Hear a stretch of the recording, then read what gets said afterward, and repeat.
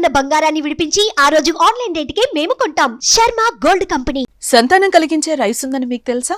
మగవారికి సామర్థ్యం పెంపుదలకు, హార్మోన్ల అభివృద్ధికి ఉపకరించే ఆహారోత్పత్తులు ఎప్పుడైనా చూసారా? మహిళల సమస్యలు నివారించే బియ్యం ఆంధ్రప్రదేశ్లోనే పండుతుందని ఎప్పుడైనా విన్నారా? షుగర్, బీపీ వంటి రోగాలు దరిచేరని బియ్యం నంద్యాలలో సాగవుతున్న సంగతి మీ వరకొచ్చిందా? ఎరువులు వాడకుండా పూర్తి దేశవాళీ పంట అందుబాటులో ఉందని తెలుసా? తెలీదా?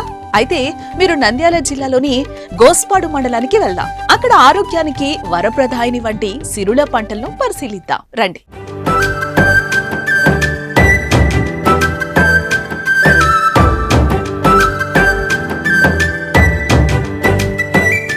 ఒక పక్క ప్రకృతి ప్రకోపం, మరోవైపు అధికారుల అలసత్వం. వ్యవసాయంలో సాయం అందక కర్షకుడు కన్నీరు పెడుతున్నాడు.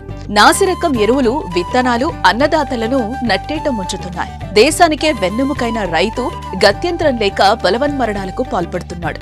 ఇటువంటి విపత్కర పరిస్థితుల్లో వినూత్నంగా ఆలోచించాడు ఆ రైతు. కొత్త పంథాలో సాగుకు సొబగులు అద్దాడు.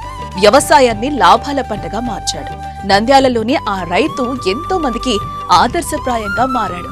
అతని గురించి తెలుసుకుందాం. నంద్యాల జిల్లాలోని గోస్పాడు మండలం జిల్లెల గ్రామానికి చెందిన రైతు బాలమద్దిలేటి వ్యవసాయంలో తనదైన చరిత్ర సృష్టించారు. ఈ రైతు 8.5 ఎకరాల్లో 9 రకాల పంటలను సాగు చేసి రికార్డ్ క్రియేట్ చేశాడు. 5 ఏళ్లుగా అద్భుతమైన దిగుబడులు సాధిస్తున్నారు. పూర్తి స్థాయిలో సేంద్రియ పద్ధతుల్లో దేశవాళీ ఉత్పత్తులను సాగు చేస్తున్నారు. కల్తీ లేని ఆహారాలను అందిస్తూ ప్రజల ప్రాణాలకు కావలి కాస్తున్నారు. బాలమద్దిలేటి సాగు చేస్తున్న 9 రకాల పంటల్లో ఒక్కో దానికి ఒక్కో ప్రత్యేకత ఉంది. ఒక రకం పంట పేరు మాపిల సాంబ. ఇది తమిళనాడుకు చెందింది. తమిళంలో మాపిల సాంబ అంటే అల్లుడి విత్తనమని అర్థం. దీనిని 7 నెలల కాలం పాటు సాగు చేస్తారు. ఏపుగా పెరిగి 7 అడుగుల వరకు కాపుకొస్తుంది. అయితే ఇది సంతానం లేని వరకు ఉపయోగపడుతుంది. మగవారికి సామర్థ్యం పెంపుదలకు, హార్మోన్ల అభివృద్ధికి ఉపకరిస్తుందని అంటారు. మరో రకం పూంగర్ బియ్యం. ఇది ప్రత్యేకించి మహిళల్లో సంతానలేమి సమస్యలను పరిష్కరిస్తుంది. గర్భిణీలకు ఉత్తమమైన ధాన్యం కూడా. ఇంకా నలుపు, ఎర్ర బియ్యం, నవారా, సివిల సాంబా, చిట్టి ముత్యాలు మొత్తం దాదాపుగా 9 రకాలను బలమద్దిలేటి సాగు చేస్తున్నారు. చిన్నారులకు సులువుగా అరుగుతాయి. బీపీ, షుగర్ వంటి వ్యాధులు రాకుండా కాపాడతాయి. పంట చేతికొచ్చిన 6 నెలల వరకు తన వద్ద నిల్వ ఉంచి అప్పుడు అమ్ముతూ ఉంటారు. దీనివల్ల నాణ్యమైన ఆహారం తయారవుతుంది. వ్యవసాయం దండగానే వారికి బాలమద్దిలేటి ఒక సమాధానం. సాగులో బంగారాన్ని చూపిస్తున్నారు.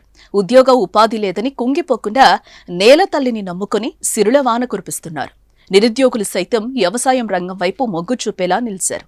మరి దీనిపై మీరేమంటారో కామెంట్ రూపంలో చెప్పండి.